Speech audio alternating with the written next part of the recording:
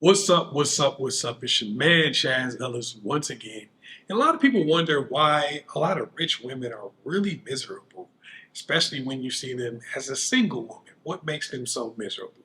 Well, I'm gonna give you 5 reasons that I figured out over the years and years and years I've been giving advice to a lot of rich women. The number one thing that women with a lot of money and success deal with is rare air.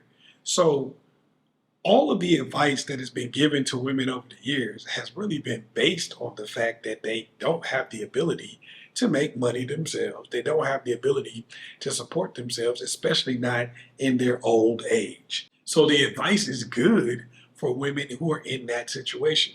If you're on fries at the local McDonald's, then that means that what you need to do is get a husband as fast as you possibly can, and that husband needs to be successful and able to support you and whatever offspring you're going to have, because you ain't going to be able to do it while you on the fries. It's not going to happen.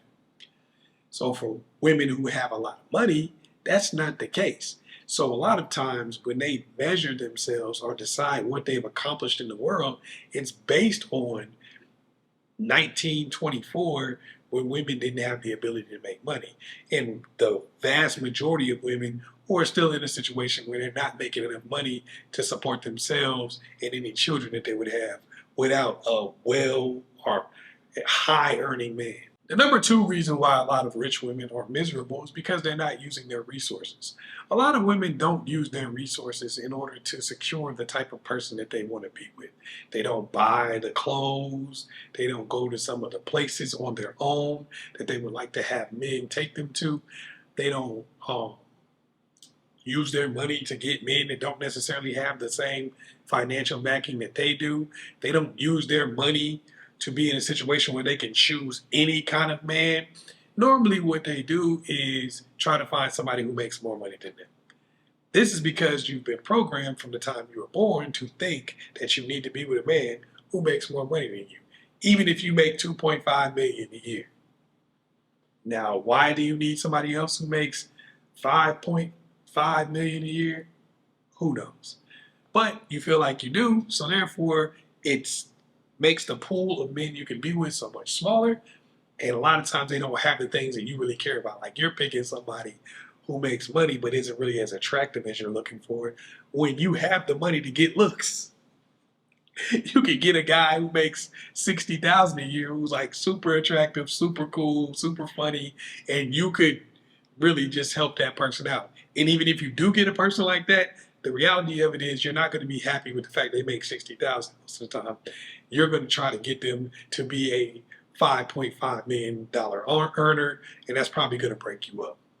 So a lot of times women just refuse to use any of their resources. So of course you're not going to be happy if you're not using your resources to get everything. So you use your resources to buy a nicer car, you use it to buy a nicer house, but as men do, you also use it to get a better partner. Number three is women are often overworked. Overworked, underplayed.